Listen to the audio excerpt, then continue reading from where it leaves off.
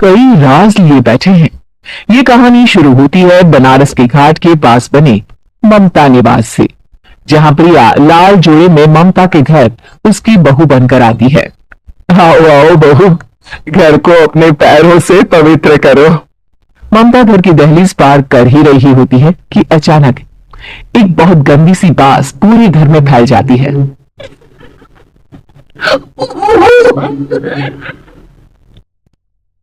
ये बदबू और ये आवाजें, ये कौन हंस रहा है माँ?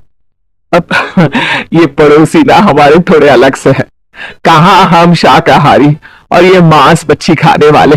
छोड़, तू ध्यान मत दे और गृह प्रवेश कर। और हाँ बहू, अपनी सास की एक बात हमेशा याद रखना, इन पड़ोसियों से तू कभी बात नहीं करेगी। अच्छे लोग नहीं है ये। अपनी सास की ये बात मानेगी ना बेटे? हाँ माँ, जो आपकी मर्जी, मैं उनसे बात नहीं करूंगी। अगले दिन प्रिया अपनी पहली रसोई बनाने रसोई घर में जाती है। ये छोक की बात तो नाक में जा रही है। एक काम करती हूँ, खिड़की खोल देती हूँ। प्रिया खिड़की खोलने जाती है। इतनी चाले, लगता है इस खिड़की को कभी खोला ही नहीं गया। पर ऐसा क्यों?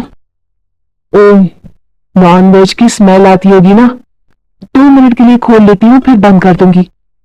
प्रिया खिड़की खोलती है। खिड़की खोलते ही उसकी नजर सामने वाले घर की खिड़की पर पड़ती है, जहां एक लड़की खड़ी होती है, हाथों में मेहंदी, लाल रंग की साड़ी, बिल्कुल सजी धजी, मानो प्रिया की तरह ही वो भी नई नवेली बहू हो। वो प्रिया को देखकर मुस्कुराती है। हे भगवान, माँ ने तो इनसे बात करने को मना किया था।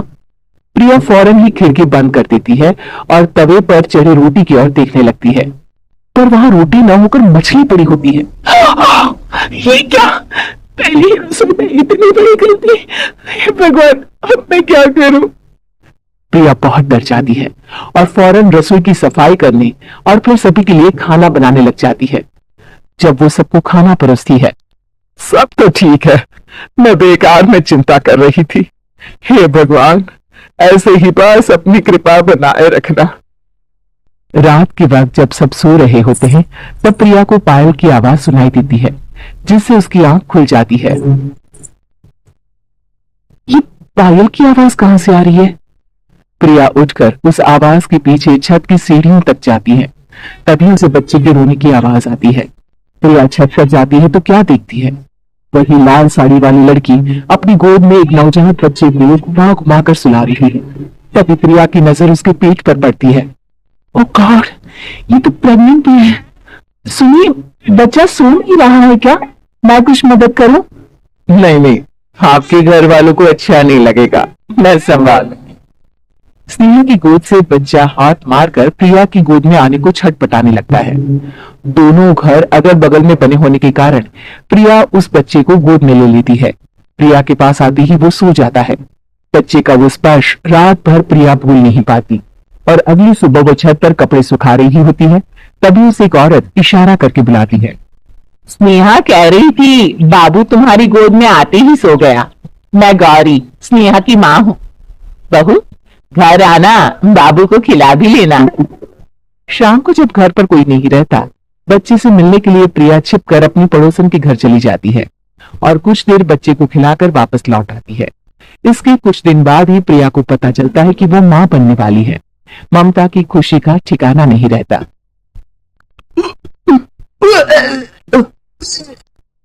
बाजी, पता नहीं क्यों उल्टी आ रही है। प्रिया भागती हुई वॉशरूम में जाती है तो हरे और लाल रंग की उल्टी करती है।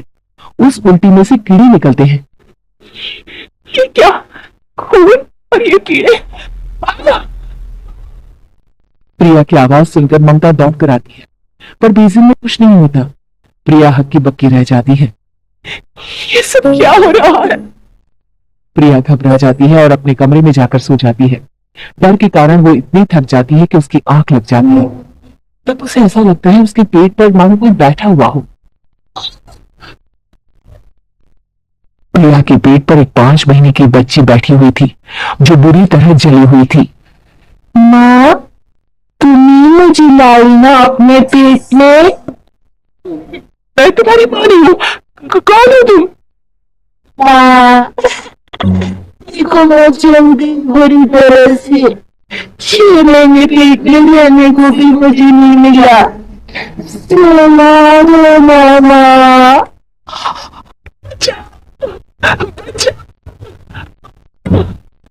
ममता दौड़कर कमरे में आती है।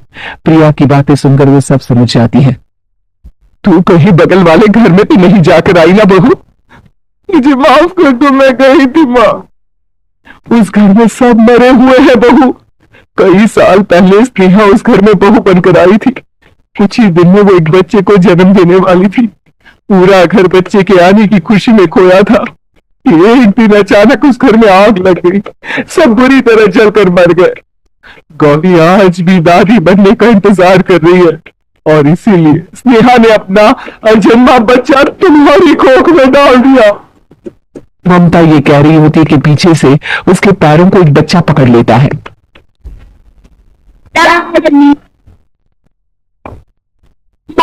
स्नेहा की गोद में ये बच्चा था। ये बच्चा कौन है फिर?